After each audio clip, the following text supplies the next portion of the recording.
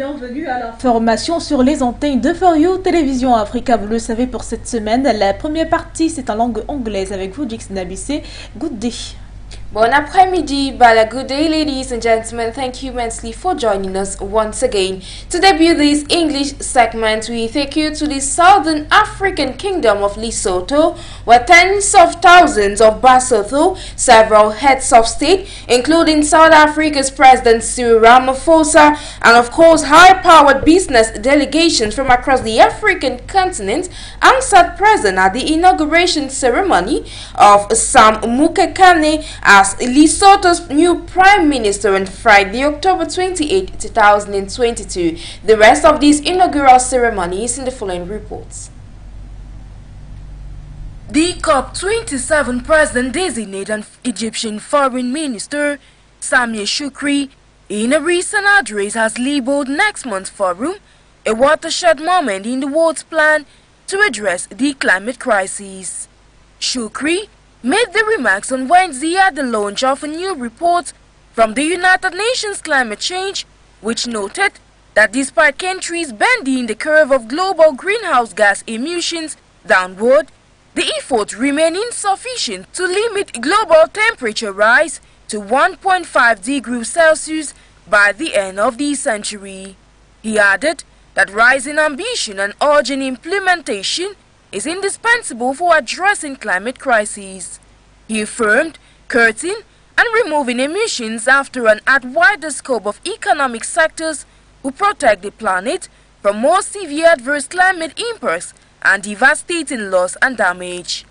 Shoukry said the report is a sobering moment for the world, and it further asserts that the world is in a race against time, as those expected to do more are far from doing enough, and the consequences are affecting lives.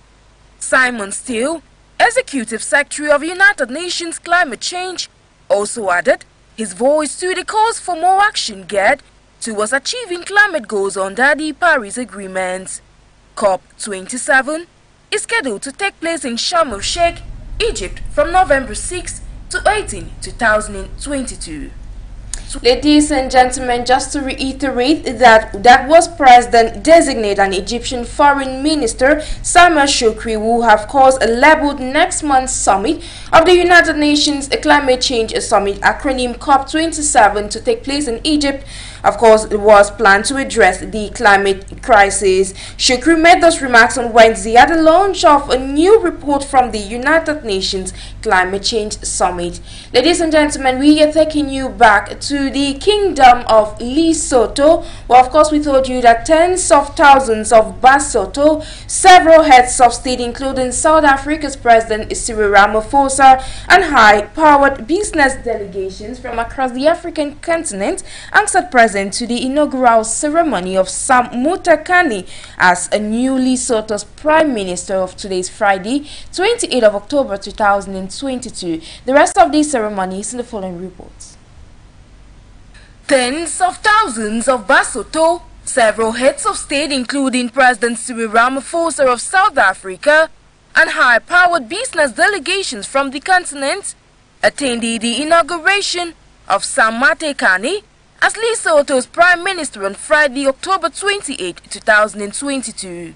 His inauguration follows elections that were held in the 7th of this month in Lesotho, where Mukekane won the elections.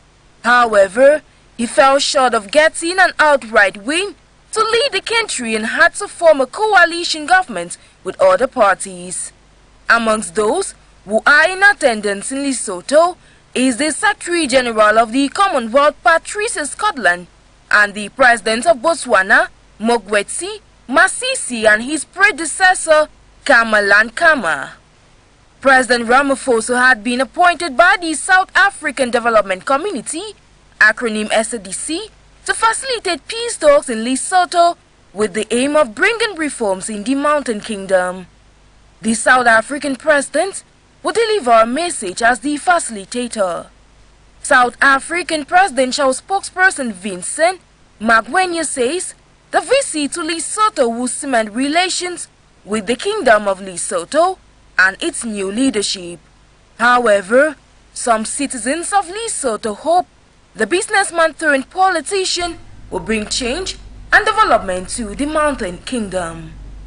We move away from the mountainous kingdom of Lesotho and I will now talk economy in the course of this news, where Africa's influence on issues of global importance remains far too narrow and marginalized. African leaders made those remarks last week in Washington, D.C. as the International Monetary Fund and the World Bank held annual meetings. The IMF's latest economic outlook for the African continent shows that the region faces uncertainty. What role does the African continent have in the global economy? We have some answers in this report. Africa has caught the imagination of the world in recent times as a potentially prosperous part of the world, according to Kingsley Moghalu, Deputy Governor of the Central Bank of Nigeria.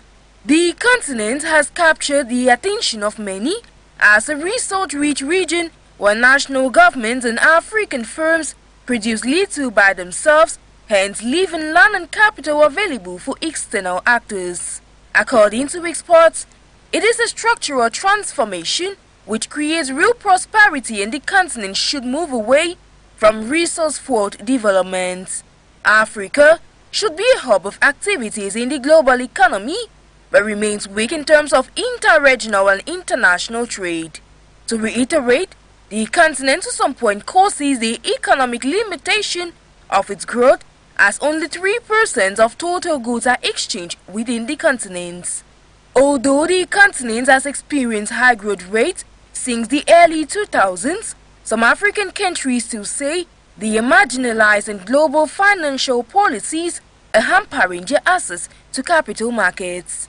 Recent growth has been due to growth in sales in commodities, services, and manufacturing.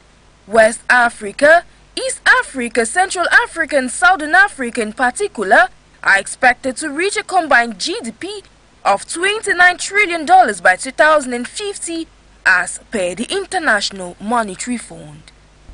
Let's move away from economic out of the African continent, where we shall be talking that the first African president to visit Kiev since the start of Russia's invasion of Ukraine, President Umaru Sissoco Embalo of Guinea-Bissau, met Ukrainian President Volodymyr Zelensky a day after a visit to Russia, where he also met with President Vladimir Putin.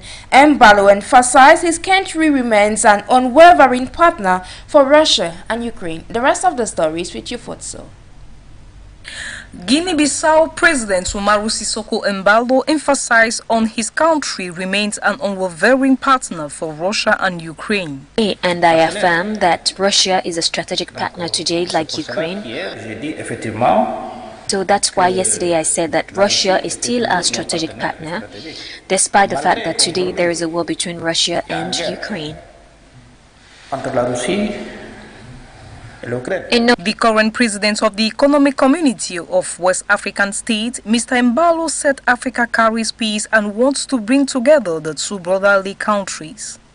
In his side, Volodymyr Zelensky, president of Ukraine, said that as for today, Russia is blocking 150 ships with grains for African and Asian countries. November, we must do everything to prevent Russia from disrupting our food exports. Otherwise, it will provoke a price explosion in food markets, a new worsening of living conditions for millions of people. As of today, 170 ships carrying grain for Africa and Asia are blocked by Russia. At the press conference, Zelensky said a prerequisite for talks will be Russian recognition of Ukraine's territory, borders and sovereignties. The two sides have managed limited cooperation on certain issues, such as the exchange of prisoners of war and repatriation of remains.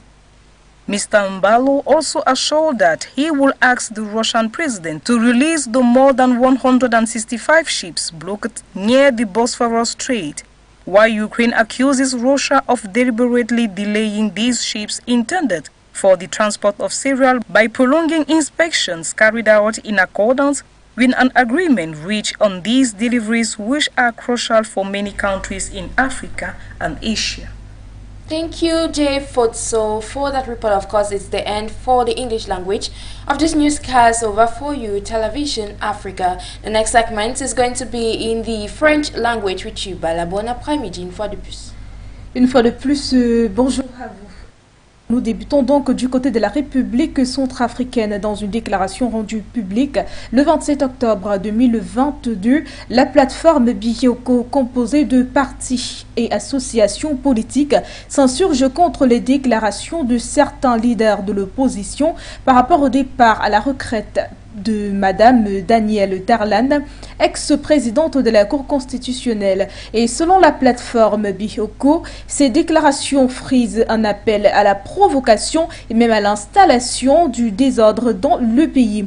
Plus de précisions avec vous, Nguéné. La plateforme Bioko condamne toute déclaration dénuée de tout fondement et dont l'objectif recherché est d'installer encore par les mêmes personnes soutenu par certaines puissances, le désordre en République centrafricaine pour assouvir leur soif du pouvoir.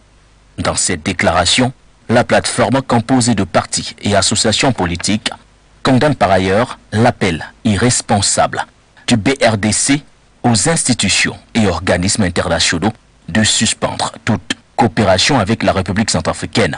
Selon son coordonnateur, maître Patrick Thierry Akoloza, la plateforme Bioko réaffirme son soutien indéfectible au président de la République et au gouvernement.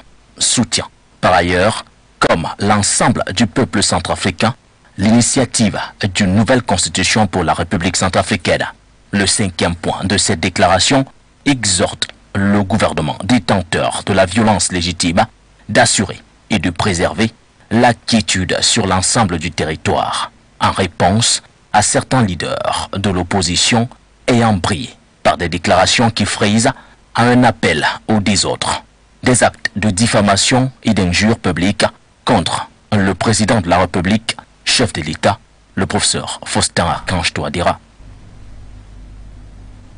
Et du côté du Tchad, à présent, la démission du vice-président du parti Les Transformateurs a donc eu à faire beaucoup de bouche parler. La nouvelle a donc eu effet lors d'une bombe Moustapha Marsi qui jette les armes et quitte le parti Les Transformateurs. Le désormais ancien vice-président du principal parti de l'opposition tchadien dit ne plus être en accord avec les idéaux du parti de succès Maskra et déplore d'ailleurs le lourd bilan des marches du 20 octobre dernier. Couture avec vous pour plus de précisions. Moustapha Masri quitte les rangs du parti des transformateurs. Une figure de pro de la principale formation politique d'opposition tchadienne, jusqu'ici vice-président du parti. L'annonce de sa démission, il l'a faite le mercredi 26 octobre, disant ne plus être en adéquation avec la nouvelle voie prise par son parti. Notre lutte a été dévoyée et détournée de ses valeurs fondamentales. La conquête du pouvoir ipso facto absolu au détriment de nos valeurs a pris le dessus. Le leadership qui devait guider nos actions a laissé la place à la singularité. Un déchirement au sein du parti des transformateurs, actuellement la principale formation d'opposition au Tchad, qui était d'ailleurs à l'initiative des marches populaires qui ont fait une 50aine de morts le 20 octobre dernier. Une tournure dramatique qui justifie en partie la désolidarisation de Moustapha Masri à son frère d'armes, le président du parti des transformateurs, Success Masra. Soit est un choix personnel, autant le choix de partir est personnel, toujours guidé par ses valeurs. Au nom de ces valeurs de paix, d'unité, de la démocratie et de la lutte pacifique, nous prenons la décision de nous dissocier et rejetons cette nouvelle voie prise à laquelle nous ne nous reconnaissons pas.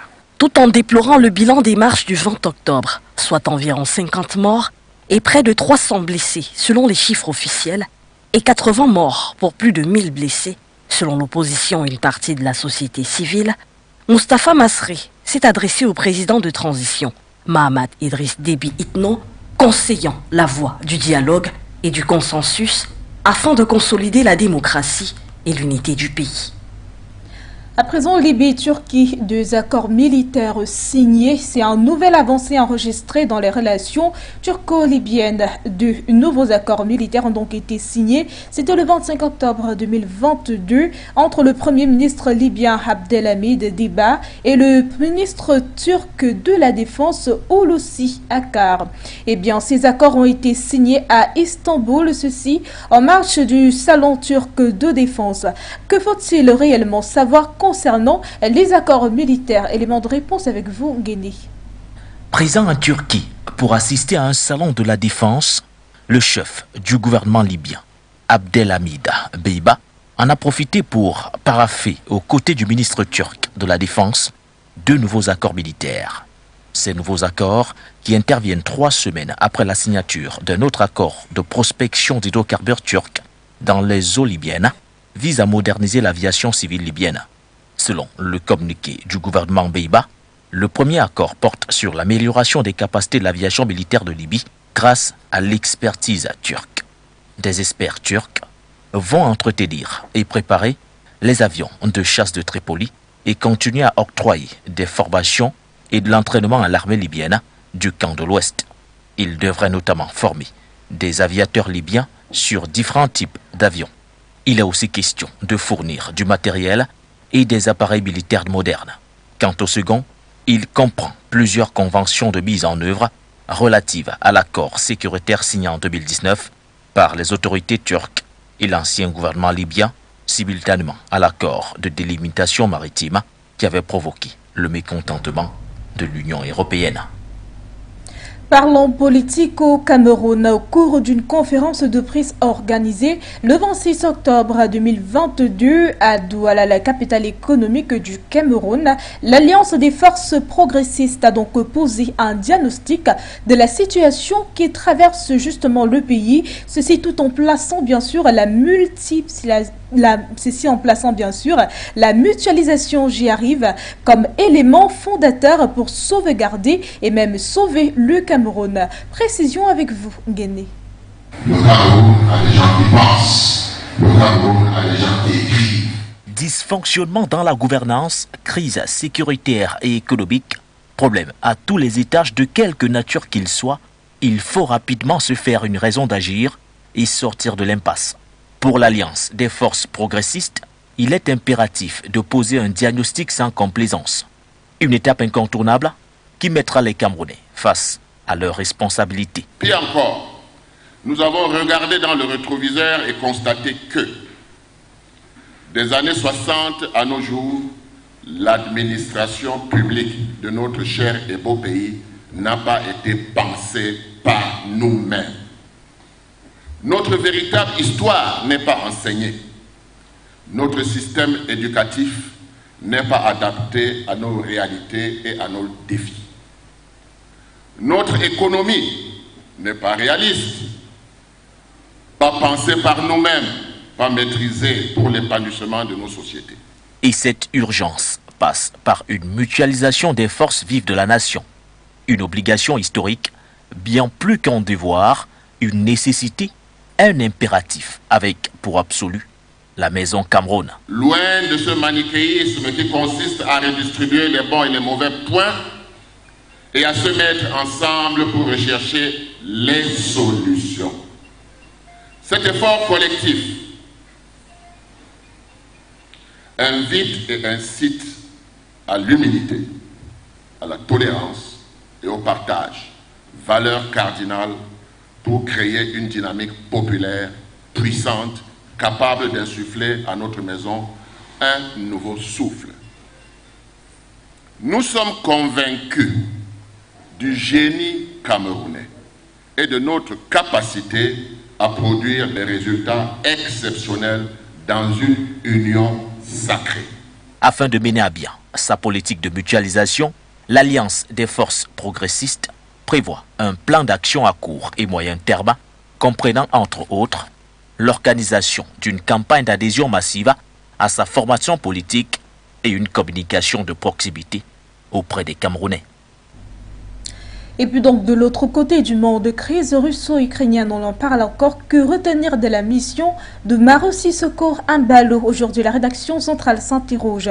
L'Afrique porte la paix et veut rapprocher ces deux pays frères, Ukraine et la Russie, à une fois de plus pour donc assurer le 26 octobre 2022 le président en exercice de la communauté économique des États de l'Afrique de l'Ouest, le Bissau-Guinéen Maro Sissoko Embalo, cessé lors d'une visite en Ukraine. Avant bien sûr de se rendre à Kiev, le président de la CEDEAO a été reçu par le président russe Vladimir Poutine, cité bien sûr à Moscou. Retour sur la tournée en Ukraine et en Russie bien sûr du président bissau-guinéen avec vous, Nguéné.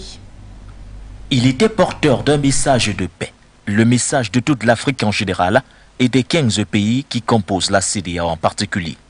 Dans sa posture de président en exercice de la CEDEAO, Maro Sissoko Embalo a tout d'abord été reçu par le président russe Vladimir Poutine, occasion pour le président bissau-guinéen de proposer sa médiation pour la résolution du conflit russo-ukrainien. Je porte aussi le message de tous mes pairs des 15 pays qui regroupent la CEDEAO, y compris l'Afrique aussi également, pour venir vous voir, qu'on discute la situation aujourd'hui entre cette guerre des deux frères, la Russie et l'Ukraine aussi, pas juste la question des blés et de l'engrais, mais le monde qui est bloqué. Profitant du fait que la Russie soit devenue l'un des partenaires stratégiques de l'Afrique de l'Ouest, Maro Sissoko Embalo a également appelé à discuter des questions de sécurité dans la sous-région. Après Moscou, c'est au tour de Kiev d'offrir son hospitalité au président de la CEDEAO. Dans la matinée de ce 26 octobre 2022, le président bissau-guinéen s'est entretenu avec son homologue Volodymyr Zelensky, insistant sur le fait qu'il ne souhaite pas choisir entre la Russie et l'Ukraine, deux pays amis et frères, mais surtout tous deux partenaires. Mais en tant que pays frères, en tant qu'amis, les seules choses que nous on peut faire aujourd'hui, c'est pour faciliter ce dialogue. Et concernant votre souhait, j'ai pris les bonnes notes. Je vais transmettre pendant le sommet de la CEDEAO du mois de décembre. Sur le président, moi je pense que on peut faire beaucoup de choses effectivement avec l'Ukraine. Et on va demander aussi le président Poutine de libérer, comme vous l'avez dit, les 190 bateaux qui est sous leur inspection. Premier déplacement à Moscou et premier chef d'État africain à se rendre à Kiev depuis le début du conflit russo-ukrainien, Maro Sissoko Embalo a donc une fois de plus porté la voix de l'Afrique. Une Afrique, bien qu'ayant jusqu'ici affiché sa neutralité, véhicule un message de paix. Un message de paix, c'est sur cette parole de Nguéné que nous fermons donc cette édition du journal bilingue sur les antennes de For-You Télévision Africa. Vous êtes nombreux à nous écouter. Pour la version française, je suis Bala. And for the English presentation, I have been Jakes Nabuse. Ladies and gentlemen, they'll have a great weekend in company of our programs.